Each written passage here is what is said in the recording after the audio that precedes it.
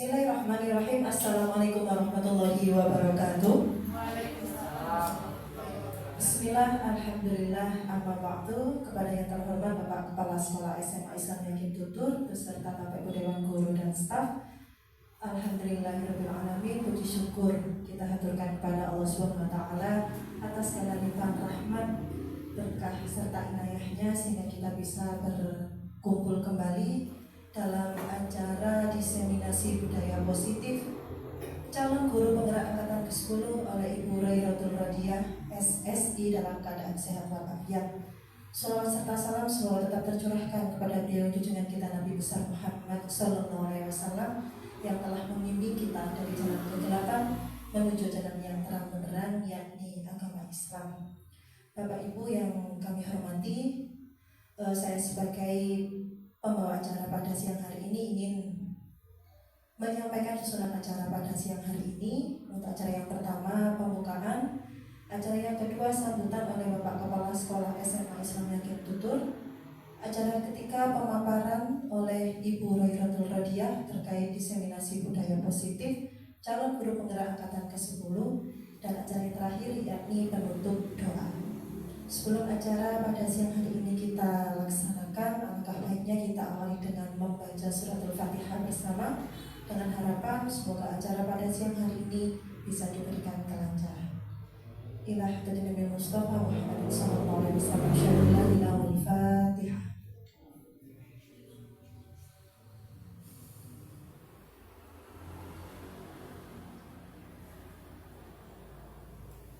Terima kasih, saya sampaikan menginjak acara selanjutnya yaitu sambutan dari Bapak Kepala Sekolah SMA Islam Yakin Tutur kepada beliau Bapak Imam Fauzi SEMM, kami persilakan.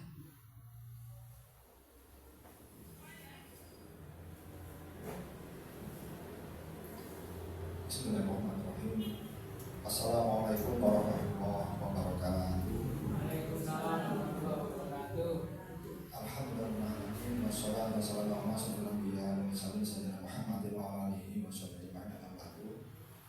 Yang saya hormati Bapak Ibu dan Guru, alhamdulillah kita pada siang hari ini berkumpul dalam sebuah majelis dalam rangka untuk diseminasi budaya positif yang kita laksanakan nanti di sekolah kita ini di SMA Islam Yakin Tutur. Salawat salam semoga tercurahkan kepada Nabi besar kita Muhammad Sallallahu Alaihi Wasallam.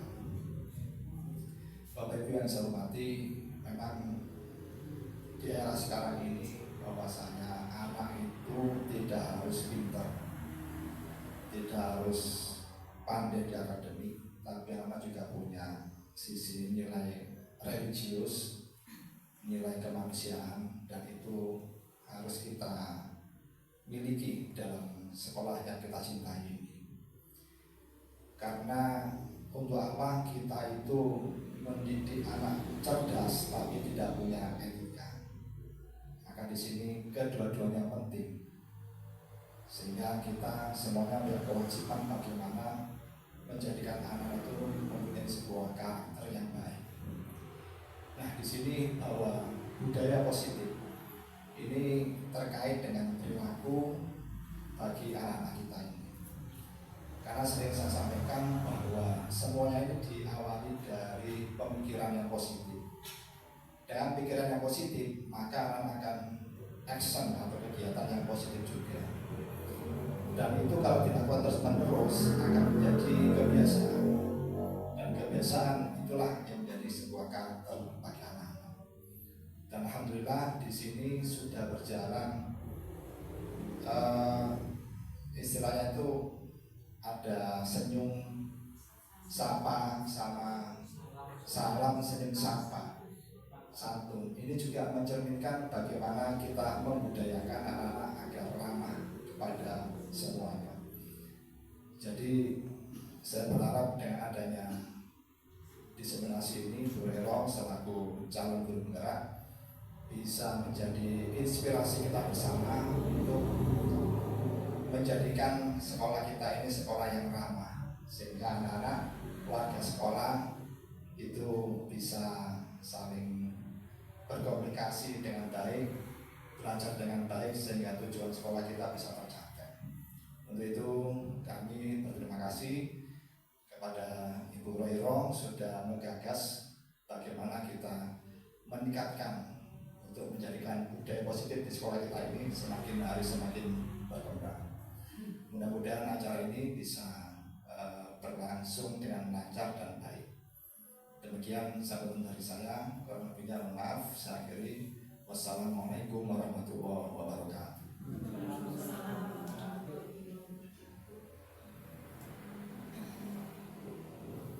Terima kasih kami sampaikan. Acara selanjutnya yaitu pemaparan diseminasi budaya positif calon guru penggerak angkatan ke-10 yang akan disampaikan oleh Ibu Roirotul Rodia SSI. Kepada beliau kami persilakan.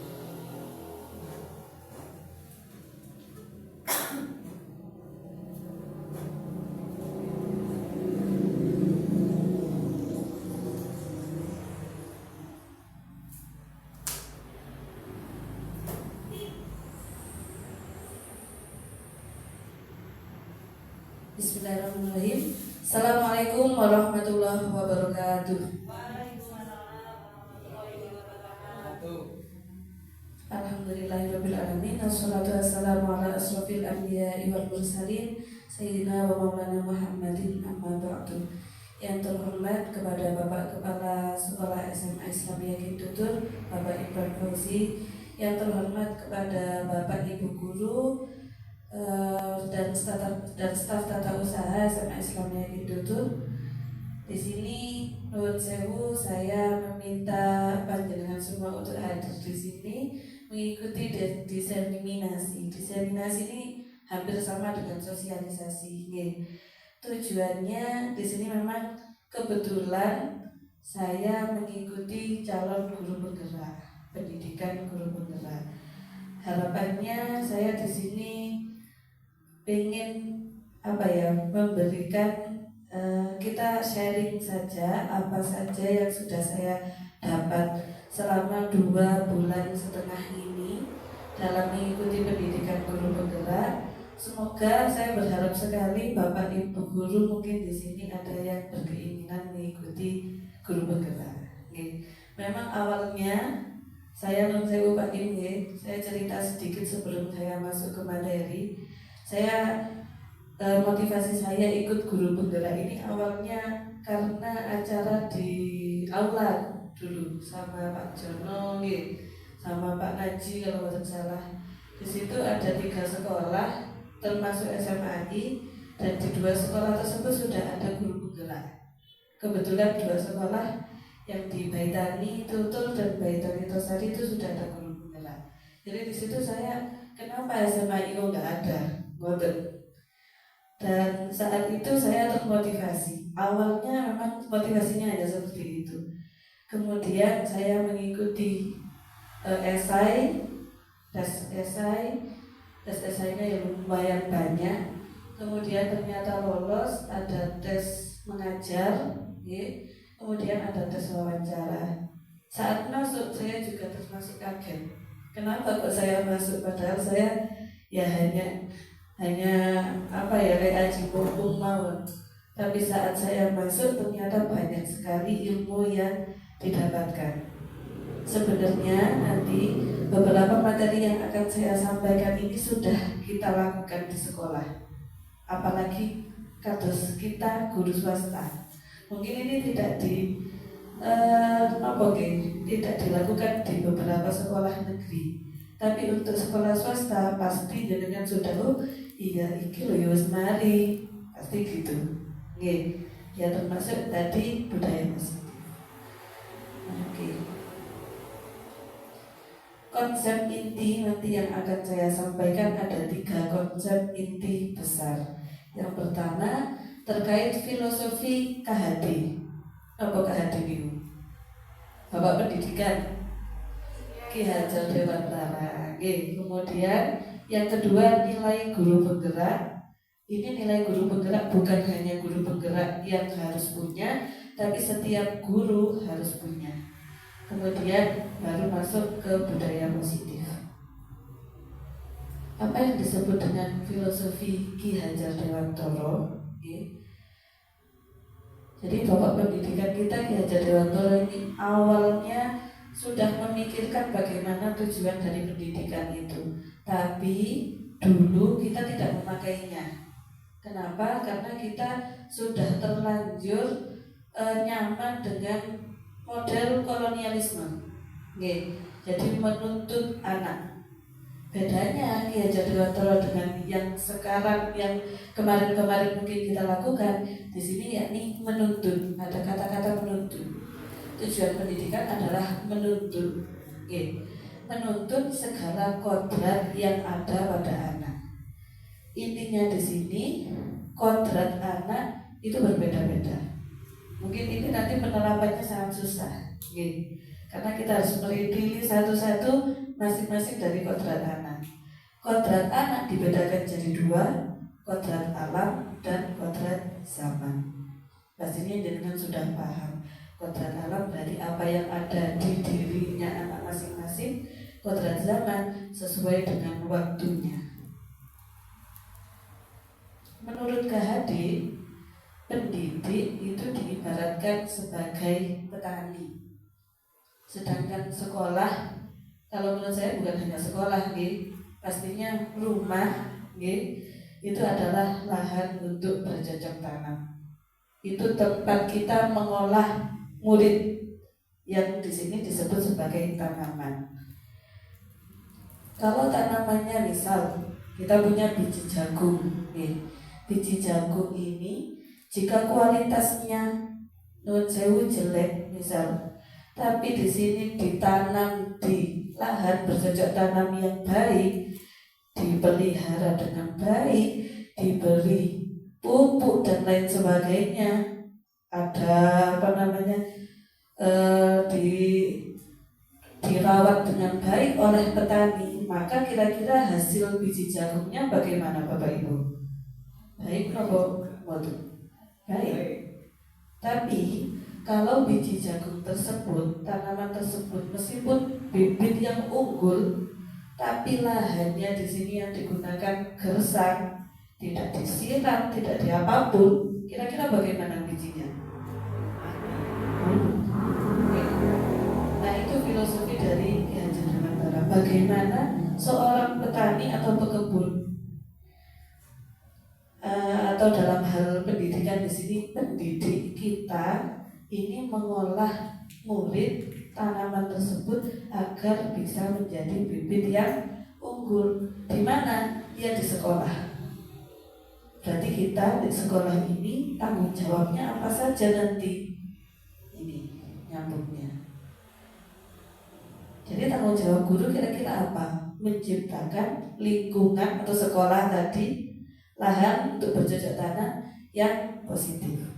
Mungkin yang sudah disebutkan oleh Bapak KS tadi. ya, dengan pembiasaan dan lain sebagainya. Kemudian tanggung jawab yang kedua di situ menghilangkan gangguan. Kalau tanaman gangguannya apa? Hama, misal. Kalau di sekolah apa kira-kira? Ya hukuman, pelanggaran siswa, termasuk itu adalah gangguan. Sehingga kalau dua tanggung jawab tersebut bisa kita lakukan bersama-sama, berkolaborasi bersama-sama, maka timbullah yang namanya budaya positif. Belum masuk ke budaya positif nih. Nah, nilai guru penggerak yang harus kita punyai bukan hanya di guru penggerak, tapi semua guru diusahakan harus mempunyai 5 nilai guru penggerak tersebut. Yang pertama, sesuai dengan filosofi KHD, berpihak pada murid. Ya, apa maksudnya berpihak pada murid ini kira-kira? Lebih mementingkan murid ya, lebih mementingkan murid itu dalam hal apa kira-kira? Oke, kemampuannya. Berarti dalam hal pembelajaran kita harus menyesuaikan apa yang dibutuhkan oleh murid, bukan pokok ya harus kita ngajar gini-gini. Nah, semuanya harus diberikan kepada murid dan murid. Kemudian yang kedua, mandiri. Seorang guru harus mandiri. Mandiri itu buatan berangkat sekolah sendiri, ngoten bareng nggih. Napa mandiri niku? Kira-kira kalau dari konteksnya saat pembelajaran, berarti ya kita harus tetap belajar sampai ujung hayat ya kalau nggak salah nih. Nah, ini setiap ada sesuatu yang baru, monggo kita ikuti. Setiap ada kegiatan atau mungkin hal yang baru dari teman-teman kita yang tidak ada salahnya kita bisa bertanya, gimana sih Bu buat ini, gimana sih Bu buat ini. Itu namanya mandiri. Kemudian yang ketiga, inovatif. Nyambung sama yang pertama tadi. Dari setiap pembelajaran kita harus selalu berinovasi agar anak-anak tidak bosan ada di kelas. Nyambungnya berpihak pada murid kembali. Yang keempat, kolaborasi. Berarti mampu berdiskusi. Berdiskusi untuk mencari hal-hal yang sekiranya perlu diselesaikan. Dan yang terakhir, reflektif. Ini yang mungkin perlu kita kuatkan kembali untuk reflektif. Reflektif ini kemampuan suatu guru atau seseorang ya untuk belajar tentang hal-hal yang ada di luar atau di dalam dirinya. Bukan hanya yang ada di dalam dirinya, aku kurang apa ya, saya kurang apa ya, enggak. Tapi mungkin dari luar juga. Itu diolah, kemudian direfleksikan, direnungi, baru kemudian dibenarkan atau diperbaiki untuk selanjutnya. Ini semua saya yakin sudah ada di dalam diri kita masing-masing. Mungkin hanya ada beberapa nilai yang perlu ditebalkan kembali. Saya juga semuanya boten ada di diri saya, tapi mungkin ada beberapa nilai yang harus ditebalkan kembali. Nah, baru kita masuk ke budaya positif. Nilai-nilai tersebutlah jika ada di dalam masing-masing guru dan diberikan kepada murid kita, maka akan terjadilah namanya budaya positif. Apa saja budaya positif tersebut? Banyak. Ini kira-kira 5 jaman lagi lah mungkin. Ada disiplin positif, ada nilai kebajikan universal, teori motivasi, keyakinan kelas yang kemarin sempat saya singgung, kebutuhan dasar manusia, 5 posisi kontrol, kemudian ada segitiga restitusi. Ini yang terakhir. Oke. Sebelum ke ini tadi, mari kita bermain. Cara mainnya ini namanya cobalah buka. Itu ada tangan nih. Misal tangan ini jenengan ini silahkan dikepalkan. Masing-masing dikepalkan. Satu aja nih. Oke. Satu mawon. Bayangkan di dalam kepala jenengan ini ada berlian. Nopo sing ini berlian pirang miliar misal 5 miliar misalnya 5 M Ibu. Nah terus jenengan pastinya dijaga nggih. Dijaga, apalagi ini 5M bisa dijaga. Jadi pelurunan jenengan tugasnya jenengan hanya menjaga ini tadi. Jangan sampai dibuka, jangan sampai diapakan. Nah terus jenengan sekarang bayangkan ada rekan atau sebelah jenengan mungkin ini tugasnya membuka kepala tangannya jenengan semua. Entah ikut dipaksa, mau dikit-dikit terserah wis. Nah kira-kira jenengan ini mau membuka atau tetap ditutup? Sudah ada jawaban masing-masing deh.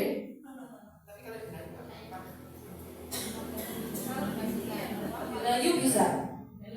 Dirayu. Terus mau dibayarkan apa? Umroh, monggo sakeso. Wis, sudah ya? Sudah punya jawaban masing-masing ya?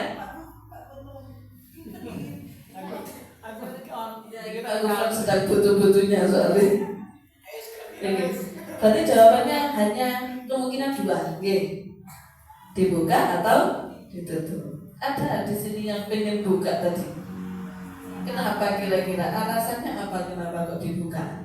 Ada yang buka tadi? Iya, dibuka. Jangan dijual dulu ya. Ada, Bu, ibu-ibu? Karena masih anget-anget saja jadi dibuka. Misal beneran. Ya. Yang kedua, yang menutup berarti rata-rata ini menutup. Kira-kira kenapa? Emang? Kenapa?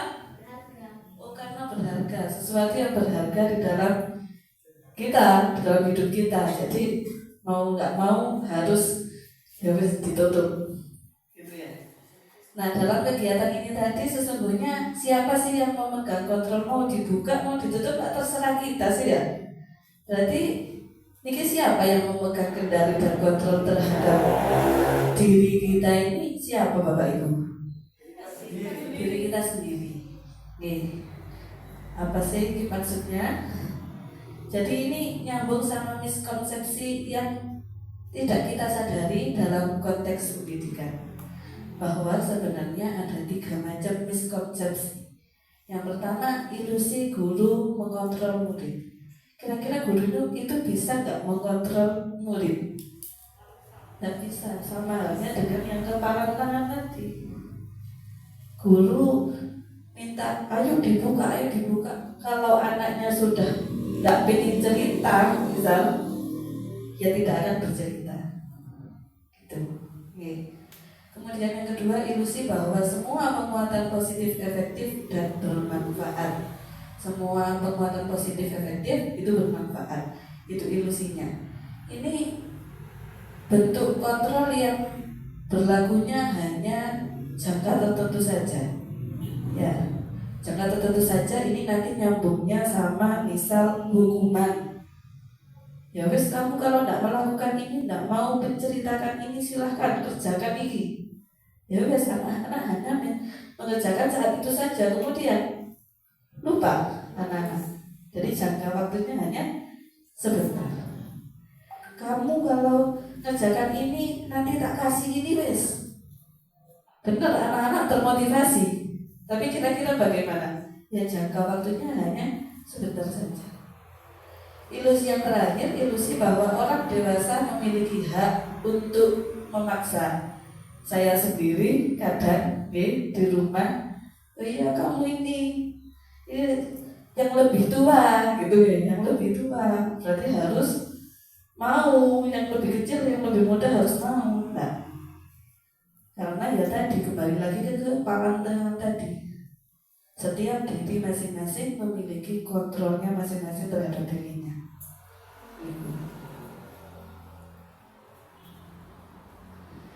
Kesimpulannya, ya, sebagai seorang guru, tugas kita adalah menuntut tumbuh kembangnya sesuai dengan kodrat alam. Jadi tidak perlu sampai dipaksa dan lain sebagainya. Ini penerapannya memang susah, okay? Apalagi untuk anak didik kita yang mungkin tadi sudah masuk di ruang guru, Bu Lili, yang tadi agar menemukan keselamatan dan kesejahteraannya masing-masing, bukan dengan paksaan dan kontrol yang mengikat, namun dengan ini saya tebal, menanamkan nilai-nilai apa ya, budaya positif tadi, menanamkan nilai-nilai yang dapat mereka yakini agar menjadi sebuah motivasi internal. Apa motivasi internal itu? Ada dua macam motivasi internal dan eksternal. Kalau internal berarti dari dirinya masing-masing. Oh iya, aku ini kok terlambat dong. Jadi dia sendiri yang mikir tanpa adanya motivasi eksternalnya hukuman. Aku udah terlambat dihukum nulis itu motivasi eksternal. Kalau hukuman dan lain sebagainya, iya, harus dari diri masing-masing tadi. Menumbuhkan itulah yang menjadi tugas kita. Dan apa tayang apa Bu? Kira-kira abot nggih. Abot. Nah, nggih, nama sing modern dalam rangka menciptakan lingkungan yang positif, salah satu strategi yang perlu kita tinjau adalah penerapan disiplin di sekolah.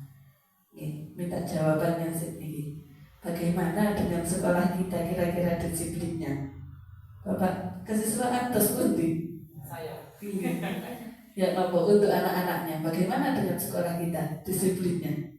Ibu-ibu? Masih kurang, nggih. Apakah sudah efektif? Belum. Nggih. Apakah perlu ditinjau kembali? Ya. Tanggung jawab siapa, nggih? Di video loh, nggih. Tanggung jawab bersama, nggih. Oh, nggih.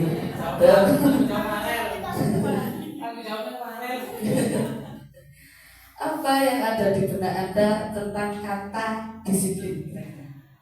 Napa? Tertib, taat, mau ngalih, disiplin, menjalankan aturan. Mau ngalih kira-kira. Kamu nggak disiplin, dikatakan nggak disiplin itu apa kira-kira? Nurut. Nah, terus apa lagi?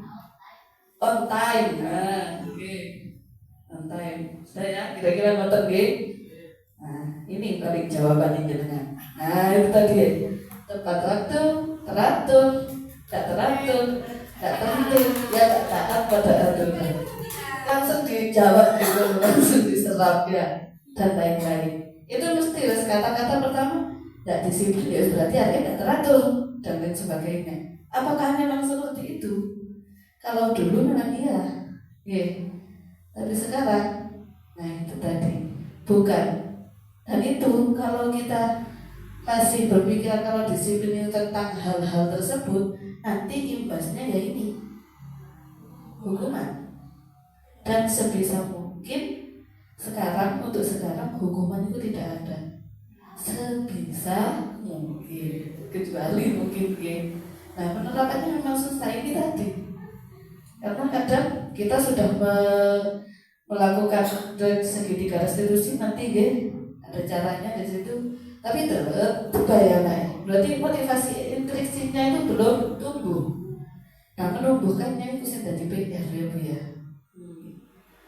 Nah, ini. Sebenarnya itu terkait dengan kondisi di keluarga. Kita sudah berupaya, tapi anak itu di rumah dengan kondisi yang mungkin kebiasaan yang akhirnya kan bisa mempengaruhi juga Betul sekali.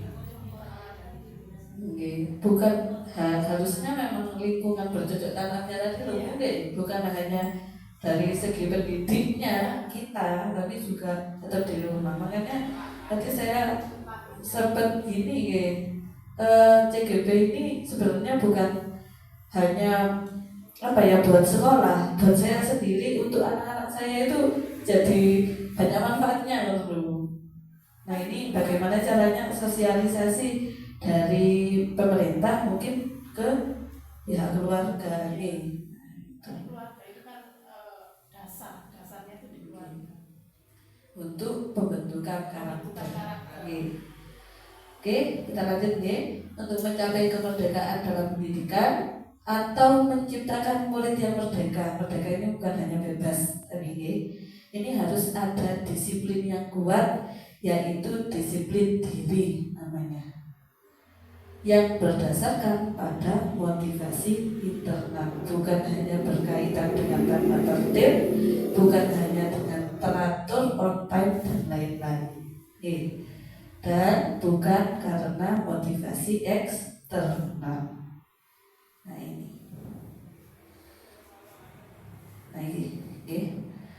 Motivasi perilaku manusia itu ada 3 macam. Yang pertama, untuk menghindari hukuman. Saya tak on time karena daripada nanti dihukum sama Mas Novan misalnya. Berarti ini motivasi apa kira-kira Bu? Eksternal atau internal? Eksternal. Yang kedua, untuk mendapat penghargaan dari orang lain. Ya, kadang saya dulu saat di pembelajaran sering sekali memberikan semacam penghargaan ke anak-anak. Kira-kira kalau penghargaan tersebut efektif nopo boten sibuk? Efektif sebentar, betul. Efektif tapi sebentar. Efektifnya karena apa? Anak-anak menjadi termotivasi. Ayo yang bisa mengerjakan ini nanti dapat ini, bisa. Habis langsung kerja kabeh. Tapi bagi anak-anak yang mendapat senang. Bagi anak-anak yang kurang sedikit kira-kira gimana? Kecewa. Mungkin bagi anak-anak yang ya bisa nggak iso, kan ada ya anak-anak yang seperti itu ya. Bisa nggak iso nggak baris, nggak melok-melok, nggak ngerjakan. Tapi anak-anak yang sudah mengerjakan dan sedikit lagi menjawab dan itu betul, kecewa. Ada iri nggak kira-kira? Iri. Nah, jadi penghargaan itu sebenarnya motivasi eksternal apa internal? Eksternal, dan tidak harus kita lakukan juga ternyata. Ada beberapa waktu yang bisa digunakan adanya penghargaan tersebut. Kemudian yang ketiga, ini yang sangat penting, harusnya yang kita tumbuhkan ini untuk menjadi orang yang mereka inginkan dan menghargai diri sendiri dengan nilai-nilai yang mereka percaya. Jadi anak-anak melakukan sesuatu itu ya untuk menghargai dirinya sendiri, memang untuk dirinya sendiri. Oh iya, aku tak budal sebelum jam 7. Kenapa? Karena untuk pembiasaan, misal baliknya ke saya sendiri, biar bisa ikut pembiasaan pagi, biar hafal gini, ini dan ini. Saya masuk kelas tepat waktu. Kenapa? Karena takut, bukan karena takut, karena nanti saya ketinggalan pelajaran. Bukan gini, saya masuk kelas di sini pemaya Bunga Sita. Nah, ya, jadi karena itu tadi yang nomor 3. Bagaimana caranya anak-anak ini melakukan sesuatu untuk menghargai dirinya sendiri. Sebagai pendidik, tujuan kita adalah menciptakan anak-anak yang memiliki disiplin yang ketiga tadi. Disiplin diri, sehingga mereka bisa berperilaku dengan mengacu pada nilai-nilai kebajikan universal. Nah, nilai-nilai kebajikan universal ini adalah nilai-nilai atau prinsip mulia yang disepakati bersama dalam rangka membentuk sifat positif manusia. Apa saja sifat positif tersebut? Banyak. Ada rajin, jujur, bertanggung jawab, percaya diri, disiplin, dan lain sebagainya. Jadi kata-kata disiplin bukan hanya terkait aturan, tapi disiplin dirinya, apa yang ada di dalam dirinya masing-masing anak. Nah, itu sudah dirangkum oleh pemerintah, petugas pemerintah ini ya. Dirangkum nilai-nilai kebajikan universal itu dalam profil belajar Pancasila. Ada berapa profilnya? Ada berapa nih? 6. Nih, sudah terangkum semua di situ. Jadi tujuan kita budaya positif ini ya agar anak-anak memiliki profil belajar Pancasila hampir sama, nyambungnya ke situ. Oke.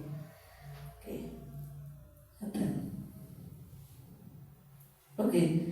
Sebelum kita lanjutkan, mungkin kita ice breaking terlebih dahulu, oke? Nggak ada paketan, oke. Nah ini saya kirimkan link ke grup, monggo. Di grup itu ini ada link Padlet, bisa diklik. Umroh tahun gajah ini ya. Itu bisa diklik. Kalau sudah diklik ada plus ya di bawahnya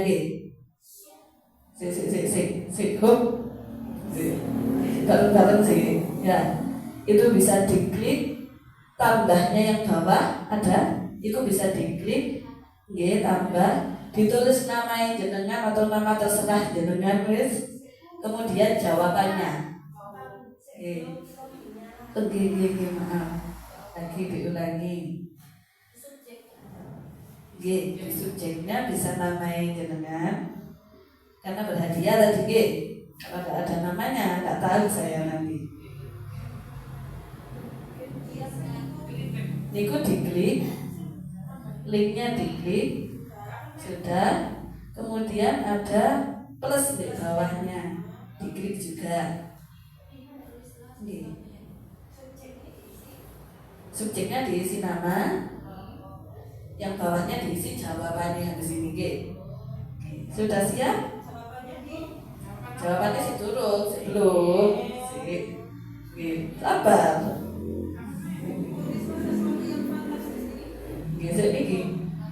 Sudah siap? Jawabannya apa nih, guys? Ditulis.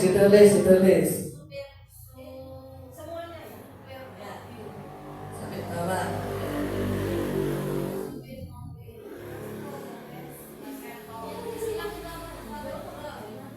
Punya disilang ganti A. Aduh, kok ngono sih?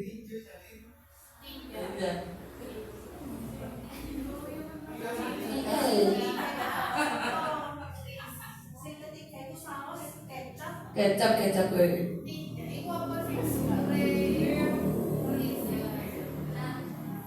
P disilang ganti S. Sudah?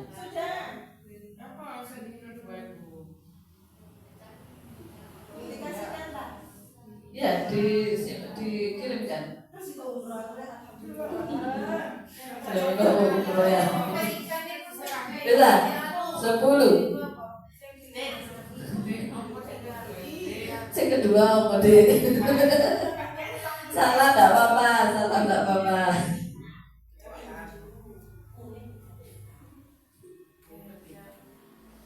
Ya. Jadi kayak mikir gini dari tadi mikir budaya positif. Cik mboten mikir ada mawon mboten lho Bu.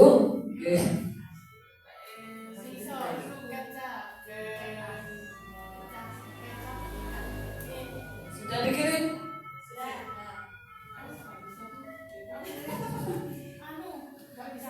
Oh, nggak bisa masuk. Sudah tak tutup. Dilihat dulu siapa saja yang sudah masuk kira-kira. Masih tak? Yang lainnya? Masih loading. Sopir mobil Indah sedang berjalan. Iya.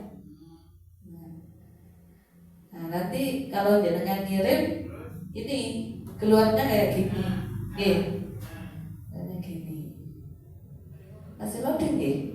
Ini masih loading. Nah, nanti keluar namanya Bu Lilis, Bu Lili, Bu Nia, dan lain sebagainya. Oke. Ini kok bunyi enggak ya masuk ya? Jadi flash dulu.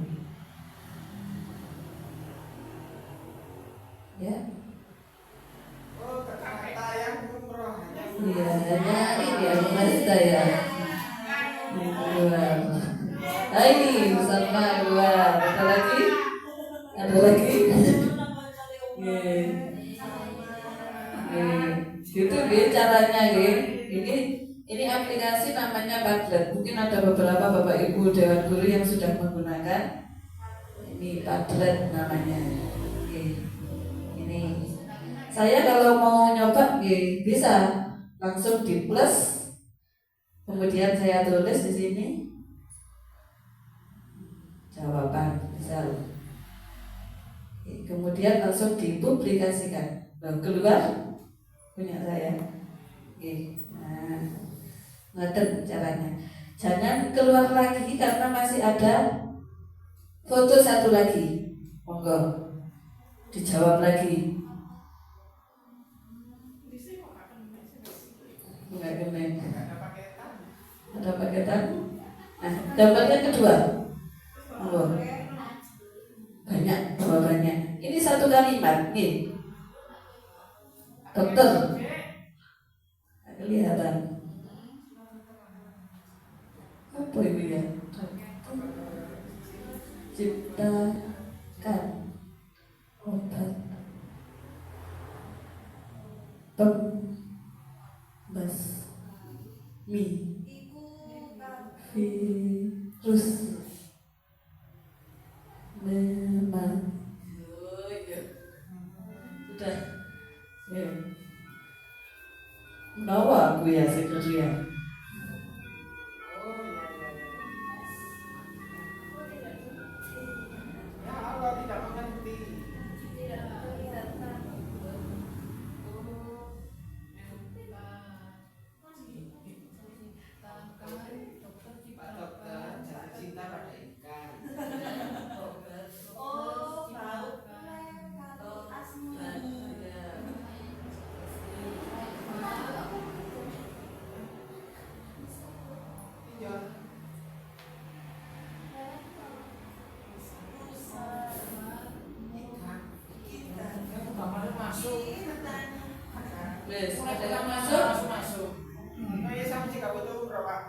Iya, tapi ini aneh. Iya. Sudah kan? Nah, kelihatan ya, besar dipublikasikan juga nih. Sudah ada Bu Masita juga di sini. Sudah masuk. Bu Masita kerja dari masalah umroh ini. Termotivasi ya. Tapi hanya sebentar. Soalnya Kak Sito sudah termotivasi. Kita bahas bersama nih. Koyok pada bersama matematika. Nomor ini dokter cinta, N-nya diganti P. Cipta. Ini dihapus ciptakan. Bau T-U-T obat. Ini lem. Pem. L-nya ganti P. Pem. B-as tembas mi virus air dihapus menantikan ngoten nggih jawaban nggih. Tepuk tangan untuk kita semua. Pinter-pinter sama dengan SMA Islam yakin itu. Nah ini namanya tadi Padlet. Aplikasi Padlet ini bisa dipakai 3 kali secara gratis. Gratis itu. Nah ini kalau yang saya pakai ini namanya Canva. Canva itu tidak hanya bisa dibuat poster, ternyata bisa dibuat video, PPT, dan lain sebagainya. Kapan-kapan mungkin kalau kita nanti bisa belajar bareng, biar anak-anak enggak monoton itu saja. Keyakinan kelas, kita sudah masuk ke materi yang hampir akhir, namanya keyakinan kelas. Mengapa harus keyakinan? Biasanya kita pakai apa sih namanya? Peraturan kelas atau kesepakatan kelas, betul nggih? Apa bedanya kira-kira dengan peraturan? Nah sekarang misal jenengan mau ke daerah Pasuruan, tapi lewat dari Purwosari meriku nggih, daerah Pasuruan, kira-kira bawa helm napa mboten Bu Lili? Tapi nek nitip anu nggih, naik sepeda nggih, naik mobil tak usah helm. Naik sepeda, motor, kira-kira menggunakan helm Bu. Ini kayak lewat Purwosari. Lewat Purwosari ke Pasuruan. Pakai. Napa kok Bu Lili? Kalau saya jaga keselamatan. Jaga keselamatan. Tepuk tangan untuk Bu Lili. Di polisi. Nah, kalau dulu saat jaga keselamatan, takut ditilang, ngoten nggih. Berarti itu napa peraturan nggih?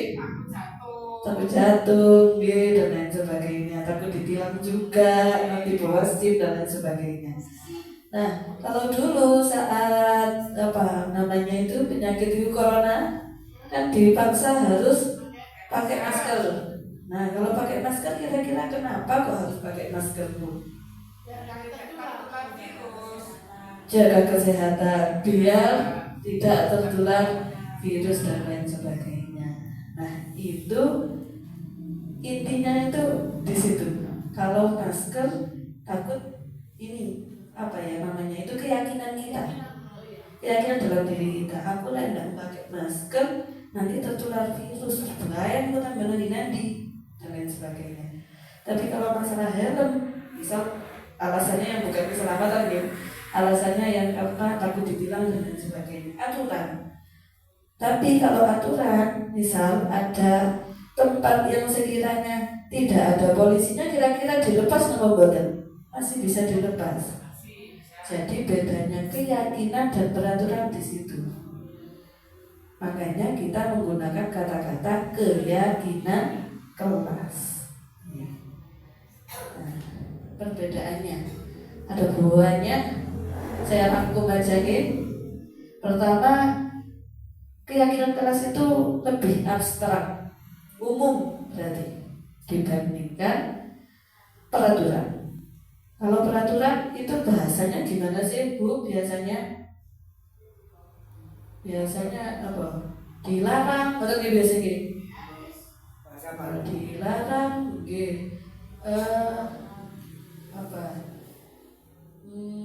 dilarang mencontek, misalnya kayak gitu.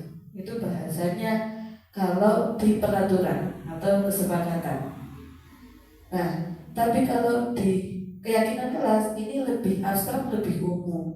Kata-katanya juga di situ keyakinan kelas nomor 2 merupakan pernyataan yang universal secara umumnya, menjaga kebersihan kelas.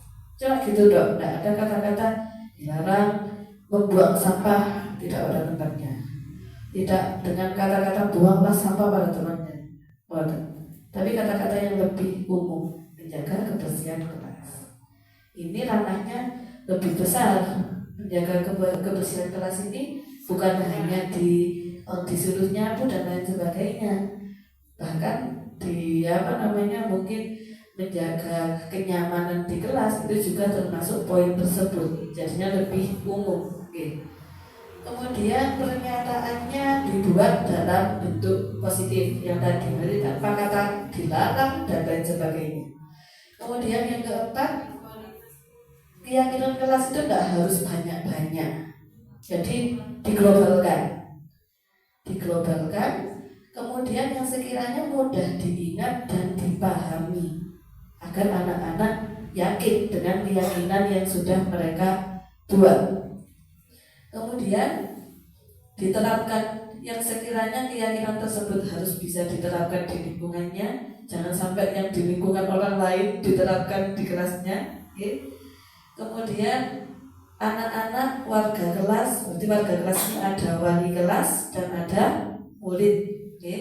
Ini harus semuanya berkontribusi dalam pembuatan keyakinan kelas. Hampir sama dengan kesepakatan tadi. Kemudian nomor 7 yang paling penting di sini, bersedia meninjau kembali, merefleksikan. Kira-kira misal dengan awal-awal membuat keyakinan kelas, nanti sebulan kita tinjau kembali ya, kayak gitu. Efektif apa tidak? Jika efektif berarti ya diteruskan. Jika tidak efektif maka bisa diganti atau dirubah. Tahapan pembentukan keyakinan kelas ini biasanya digunakan saat membuatnya saat apa kira-kira Bu? Awal pembelajaran, dari awal tahun ajaran baru bertemu dengan wali kelasnya masing-masing. Ini bisa diterapkan di kelas, berarti ya semua guru mapel yang masuk di kelas, misal kelas 11 IPA ya Bu Lili. Awal masuk Bu Lili membuat keyakinan kelas dengan anak-anaknya. Ini caranya. Jadi nanti anak-anak diberi misal menggunakan kayak gini. Yang kemarin kita buat seperti dengan Bu Titin di kertas, di kertas dituliskan di notes, kemudian ditempelkan model di Bu Titin kemarin saat prakarsa perubahan boleh. Kemudian kertas-kertas yang sudah ditempel ini jangan sampai dibuang oleh wali kelas. Kenapa? Jadi dokumentasi agar anak-anak itu iki lho cahyo sampean sing nulis iki. Kok dilanggar kan gitu. Jadi bukti. Ya. Atau bisa menggunakan aplikasi saya tadi. Kalau jenengan mau yang lebih teknologi. Apa tadi namanya? Padlet. Boleh. Ya, dengan cara apapun. Nah, itu didokumentasikan jadi anak-anak mencurahkan pendapatnya, bisa individu, bisa kelompok, kemudian diglobalkan. Mungkin anak-anak ada 2 atau 3 lebih yang sama, misal tentang kebersihan, sama-sama tentang kebersihannya dijadikan satu saja. Nah ini dari ini tentang kebersihan kelas, ya wes kita buat keyakinan kelas tentang menjaga kebersihan kelas, menghargai teman satu kelas, misal gitu. Jadi kalimatnya lebih universal, ya. Kemudian bisa dibuat poster dari Canva boleh, dari kreativitasnya anak-anak juga boleh. Ini salah satu contoh kebetulan SD ini, misal kata-katanya setiap anggota kelas perlu belajar. Jadi kata-katanya seperti ini, tidak harus dilarang membuang sampah botol. Ya lebih ke arah positif. Setiap anggota kelas perlu senang kalau anak SDG. Jadi tidak boleh sampai mengganggu temannya dan lain sebagainya. Keyakinan kelas 5 selalu bersikap positif. Positifnya bisa ke ranah yang lebih besar, yang lebih luas bisa. Berkomitmen terhadap setiap tugas, misal seperti itu. Tidak ada konsekuensi kalau tidak mengerjakan tugas disanksi berapa, misalnya kayak gitu. Tidak ada. Tidak ada hukuman suruh istighfar berapa waktu. Ini contoh penerapannya tadi, bisa menggunakan ini, dan di sini ada menggunakan Padlet. Sampun tadi caranya seperti itu. Ini materi tinggal 2 lagi, insya Allah. 5 kebutuhan dasar dari manusia. Ini yakni bertahan hidup. Setiap manusia pengen bertahan hidup, kemudian kepingin senang, kepingin bebas, dan juga kasih sayang, serta tentang kekuasaan. Nah ini jika salah satu dari kebutuhan dasar ini tidak terpenuhi, mungkin ada istilahnya seperti anak-anak melakukan pelanggaran dan lain sebagainya. Mungkin karena faktor-faktor kebutuhan dasarnya tidak terpenuhi. Nah itu bagaimana caranya kita kalau di lingkup sekolah mengetahui kira-kira kebutuhan dasar apa sih di sini yang anak-anak itu kurang. Seperti halnya tadi siswa yang mungkin masuk di ruang guru tadi, mungkin faktor kasih sayang dari orang tuanya yang kurang. Mungkin faktor kesenangannya saat di kelas kenapa kok bolos, mungkin faktor kesenangannya kurang dan lain sebagainya. Itu. Sehingga saat ada suatu permasalahan di sekolah, kita harus menerapkan nanti salah satu di antara posisi kontrol berikut. Pertama, mungkin sebagai penghukum. Ini dulu yang saya pakai, penghukum dan pemantau mungkin. Saya entah jenengan semua mana. Yang kedua ada pembuat rasa bersalah sebagai teman, sebagai pemantau atau sebagai manajer. Menurut jenengan dari kata-katanya saja, kira-kira mana yang terbaik? Teman. Ada lagi? Manajer. Oke. Penghukum. Boten nggih. Penghukum boten.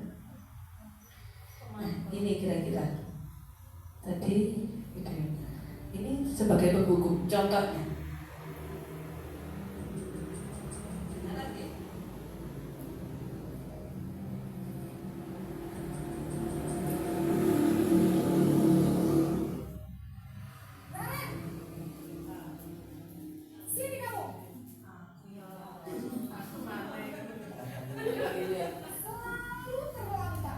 Ini kata-katanya kalau sebagai penghukum.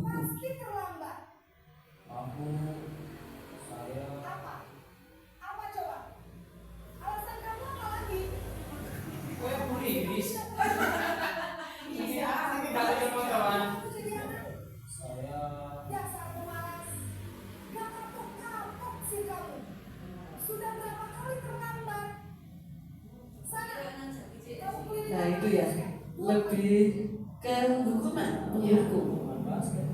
Kata-katanya bagaimana Bapak Ibu? Kasar, ya. Nah, ini saya ini dulu.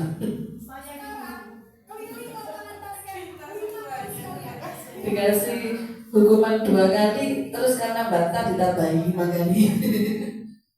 Nah ini tipe penghukum.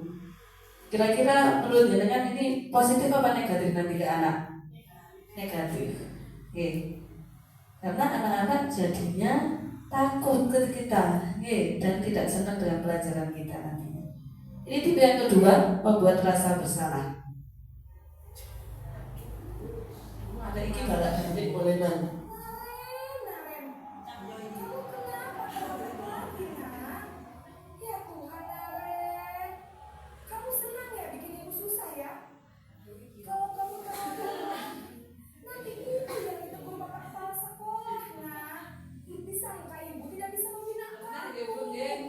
Juga pernah ya, saya juga pernah.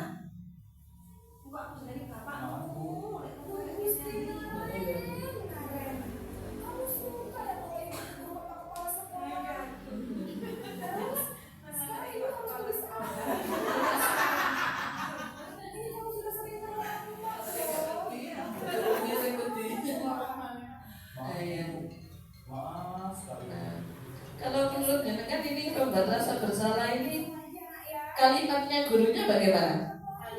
Halus. Nah halus. Tapi kayak membuat rasa salah gitu loh. Anaknya itu kayak, duh iya gitu loh ya. Nah akhirnya jadinya anaknya sedih, anaknya juga merasa bersalah terhadap guru wali kelas atau guru piketnya, beban. Jadinya beban. Tipe yang ketiga tadi sebagai teman, tipe yang ketiga sebagai teman yang katanya Bu Masita tadi baik, ya Pak. Ini posisi teman.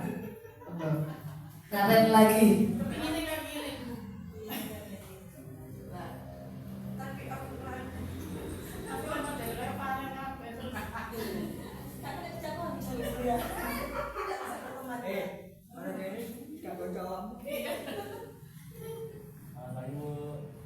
Wah, sudah jam berapa ini nak?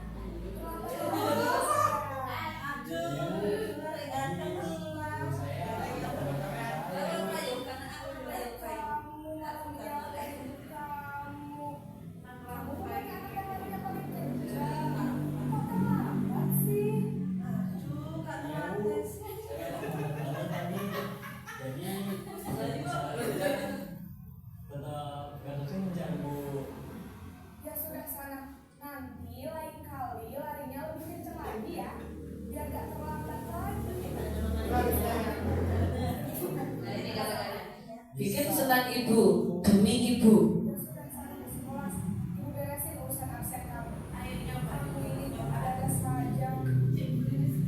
Nah, akhirnya di situ yang terakhir, ya wes kamu ke kelas saja dulu, absennya apa kata bu guru gitu ya.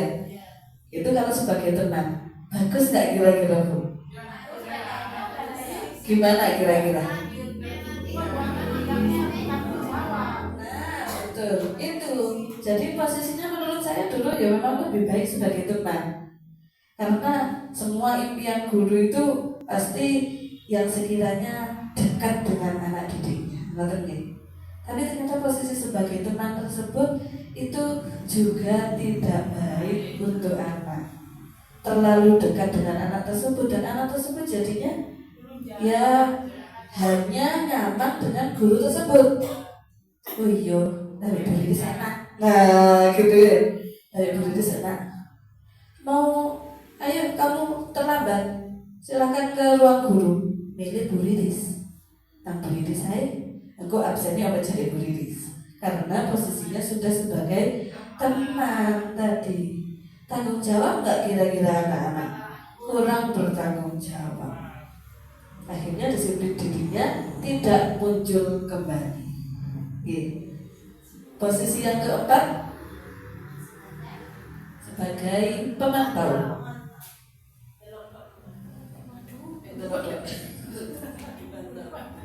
Akhirnya pemikiran itu pada ini lima.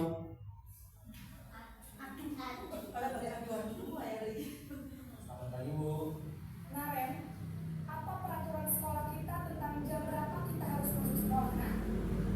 Kita harus di sekolah jam 7 Bu. Iya betul, sekarang sudah jam 7.20. Naren sudah tahu konsekuensinya jika terlambat hadir. Paham Bu, saya harus tinggal kelas pas jam istirahat selama 20 menit.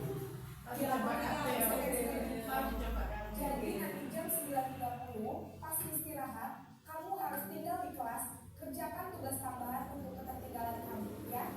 Baik. Cuma gitu saja.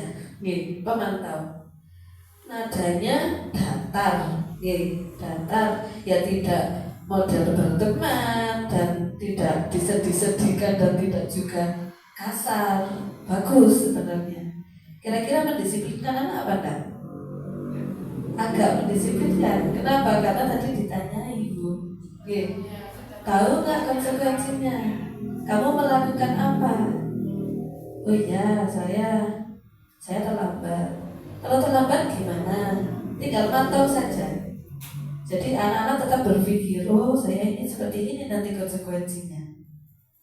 Tapi mungkin kurang. Sebagai pemantau ya hanya gitu dong. Hanya sekedar mengingatkan dan lain sebagainya. Nah, posisi yang terakhir inilah yang harus kita gunakan, yakni sebagai manajer. Ya apa kira-kira sebagai manajer? Kemarin saya nyoba dan itu susah. Nah, Naren mana yang terakhir ini Naren saya akan belayu dok.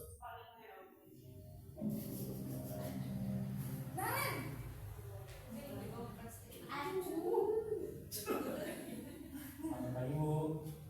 Selamat pagi Naren. Maaf Bu, saya terlambat. Iya, sekolah masuknya jam 7, sekarang sudah jam 7.20. Jadi sekarang bagaimana nih Naren? Maaf Bu, saya lupa setel alarm saya semalam. Baiklah, menurut kamu, keyakinan sekolah yang mana yang perlu kamu tingkatkan? Menghargai diri sendiri dan orang lain mungkin ya Bu. Setuju. Jadi, apakah Naren meyakini prinsip saling menghormati tersebut? Iya Bu, saya meyakininya. Apakah Naren bersedia menerima satu Bersedia Bu. Bagaimana kalau kamu Saya gini jawab menang aja dulu. Bisa ya, anak didik kita seperti ini. Tidak lupa menyetel alarm saya Bu. baik? Kalau Naren lupa menyetel alarm di rumah, ada orang yang kira-kira bisa bantu mengingatkan tidak? Ada Bu, kakak saya, Kak Emma. Ada lagi selain Kak Emma? Selain Kak Emma, ada ibu saya. Baik, jadi yang mengingatkan Naren adalah Kak Emma dan ibu kalian.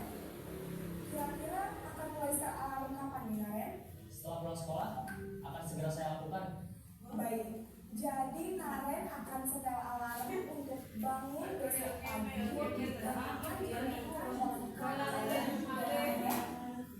Tapi ini bisa dilakukan kalau semuanya melakukan, jangan hanya beberapa saja. Oke.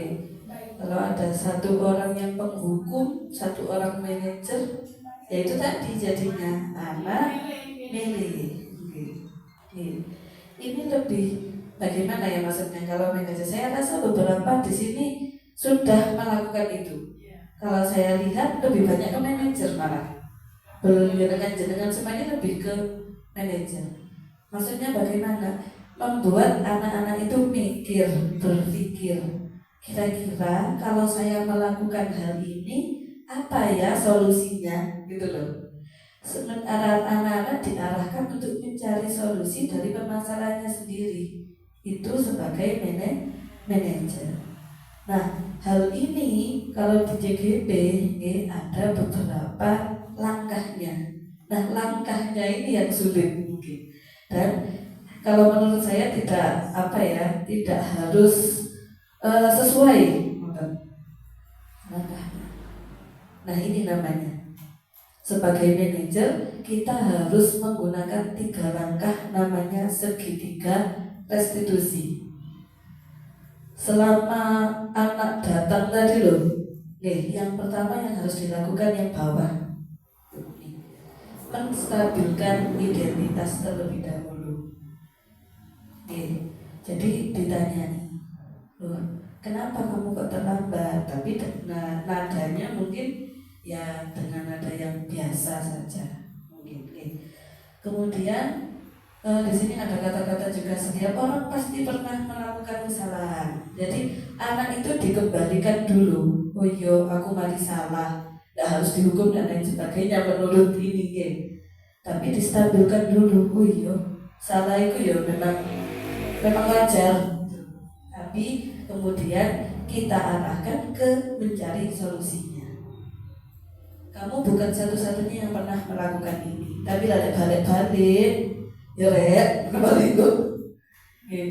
Kamu bukan satu-satunya. Ini kata-katanya kalau kamu bukan satu-satunya itu kayak tidak pantas menurut saya ini.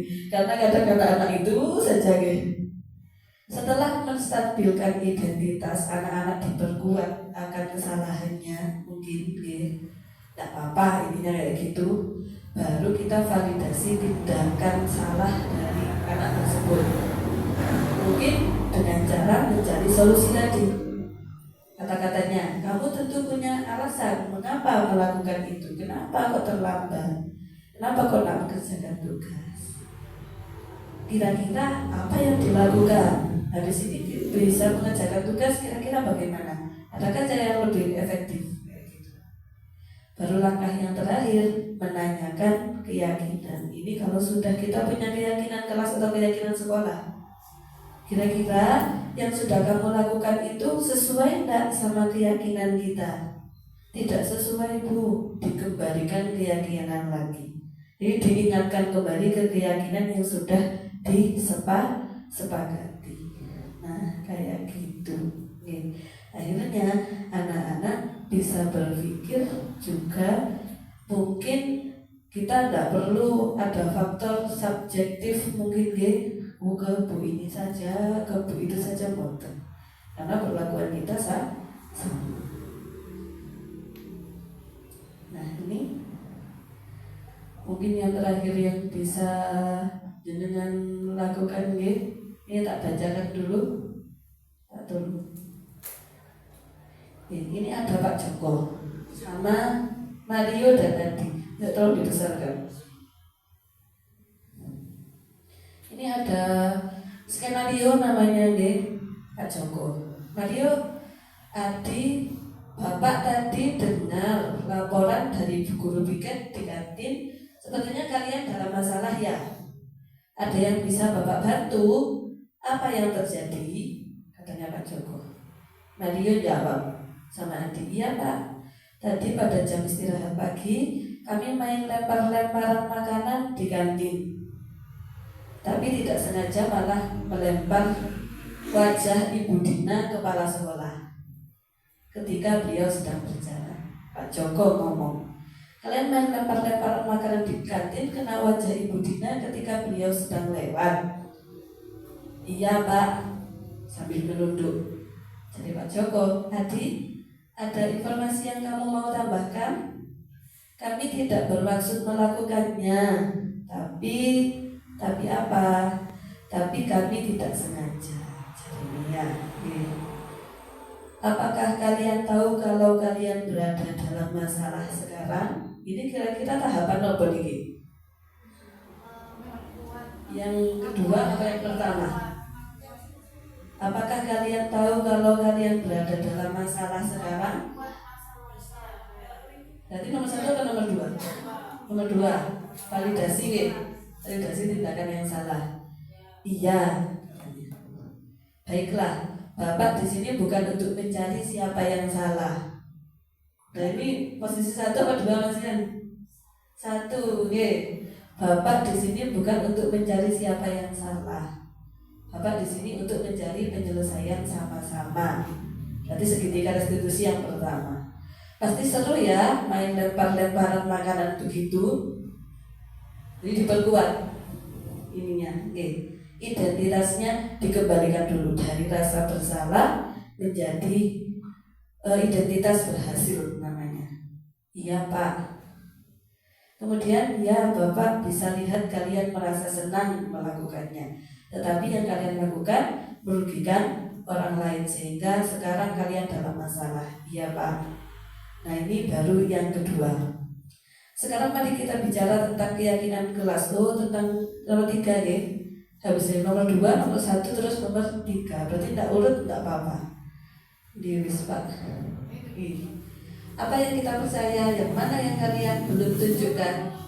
Kita harus bersikap baik satu sama lain, menghormati orang lain dan menghormati dirimu sendiri. Jadi hati. Kalian berdua ingat dengan baik keyakinan kelas kita. Ya. Apa yang kalian lakukan kepada Ibu Dina yang tadinya kena makanan? Ya, kira-kira apakah ketika kalian melakukan itu kalian menghormati orang lain dan lingkungan? Tidak. Jadi anaknya terus berpikir, diarahkan ke apa sih harus yang kita lakukan? Lanjut Pak, ke bawah. Nah ini yang terakhir yang perlu Nah sekarang mari kita selalu mengindahkan keyakinan kelas kita. Jadi dikembalikan ke keyakinan kelas yang sudah kita sepakati. Besok kita ke kantin dan kalian bisa berperilaku lebih baik lagi. Itu saja. Nah oke, balik ke yang tadi. Gampang. Nah ini yang paling terakhir sendiri ya.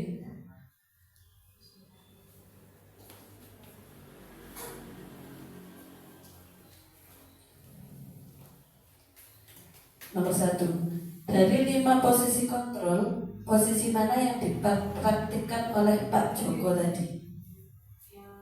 Yang nomor penghukum, teman, penonton, manajer. Sebagai manajer, Yang kedua, kebutuhan apa yang berusaha dipenuhi oleh Mario dan Adi? Kebutuhan nomor tadi ada berapa? Kebutuhan 5 kebutuhan. Kebebasan, kesenangan Pak mereka senang-senang diganti karena memang kodratnya anak itu senang bermain. Karena yang diajar dengan Toro, kodratnya anak meskipun bukan anak kelas SD mawon, tapi semua anak sampai SMA itu senang bermain. Makanya kadang kita juga harus menyelipkan permainan di pembelajaran kita. Yang ketiga, apa yang dikatakan guru dalam tahap menstabilkan identitas tadi? Menstabilkan identitas. Ya nopo salah tadi yang semua orang melakukan salah. Nah itu menstabilkan identitas. Validasi tindakan dan mencari keyakinan. Mencari keyakinan yang terakhir. Apakah kamu ingat tentang keyakinan kelas kita? Dikembalikan ke keyakinan kelas. Dan yang terakhir, kira-kira sesuai prinsip restitusi, apa yang akan dilakukan Mario dan Adi untuk memperbaiki kesalahan mereka pada Ibu Dina. Nopo harusnya minta maaf dan tidak melakukan kembali. Nah, itu mungkin ada yang bisa didiskusikan. Boten sampun. Mungkin bisa kita lanjutkan di beberapa pertemuan selanjutnya, karena tadi sempat saya singgung juga, harusnya kita itu membuat namanya komunitas praktisi atau komunitas belajar. Setiap 1 bulan sekali atau yang lain sebagainya. Kenapa? Karena pasti ini diperlukan. Nah, itu mungkin yang bisa saya sampaikan terkait budaya positif ini. Memang penerapannya sangat susah, Bapak Ibu. Setidaknya di sini saya tidak menggurui, tapi saya hanya sharing terkait pengalaman saya di pendidikan guru. Mungkin apabila ada salah saya mohon maaf yang sebesar-besarnya. Saya akhiri. Assalamualaikum warahmatullahi wabarakatuh.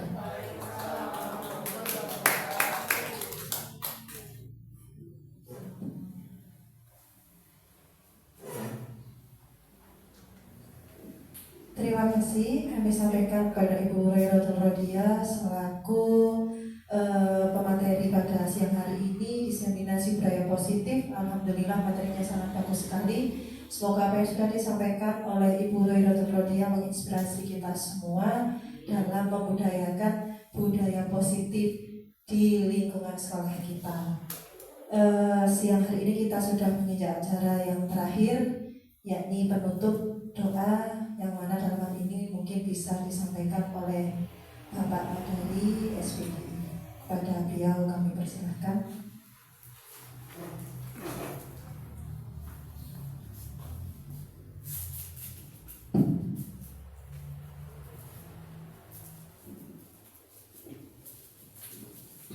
Al-Fatihah.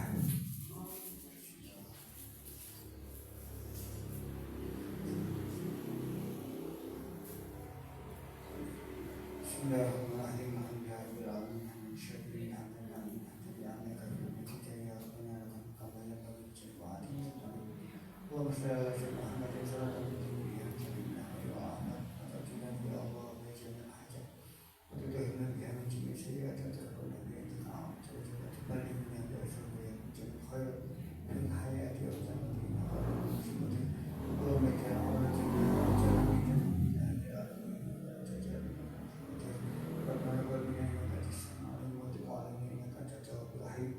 ربنا آتنا في الدنيا حسنة وفي الآخرة حسنة وقنا عذاب النار سبحان ربك رب العزة عما يصفون وسلام على المرسلين والحمد لله رب العالمين. بشر الفاتحة.